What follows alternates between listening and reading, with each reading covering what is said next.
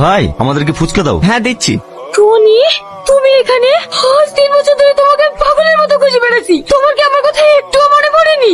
আরে আরে এ কি করছেন আপনি? আপনার কথা আমি চিনিনি। ছাড়েন ছাড়েন বলছি, ছাড়েন। এসব তুমি কি বলছো? তুমি আমাকে চিনতে পারছো না? আমি তোমার সালমা। তুমি কেন আমার ভালোবাসা অস্বীকার করছো? সালমা? কোন সালমা? আমি সালমা বলে কাউকে চিনিনি। ছাড়েন আমাকে। রাস্তাঘাটে কি বন্ধু ফোন করেছো? আর 10 দিন বাদে তোমার সাথে আমার বিয়ে, আর তুমি এখানে নাটক করতে বসেছো? চলো। আমি যাবো না, আমি যাবো না। আমি টনিকে পেয়েছি। আমাকে ছাড়ো। তুমি একবার বলো আমাকে ভালোবাসো।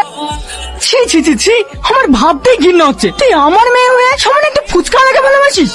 শুধু তাই নয়, ওই ফুচকালার সঙ্গে যা ব্যবহার করেছে না, আমার ভাবতেই ঘৃণা লাগছে। ওখান থেকে তো আসতে চাইছিল না, আমি জোর করে নিয়ে এসেছি। আমি ভুল কিছু তো করিনি। ওকে আমি ভালোবাসি, ওকে বিয়ে করতে চাই। বিয়েটাকে হাতের মোয়া ভাবছো নাকি? তুমি যাকে বলবে তার সঙ্গে তোমার বিয়ে দিয়ে দেবো। সামাদ, তোমার আব্বাকে খবর দাও, আমি 1 সপ্তাহের মধ্যে তোমার সঙ্গে ওর বিয়ে দিতে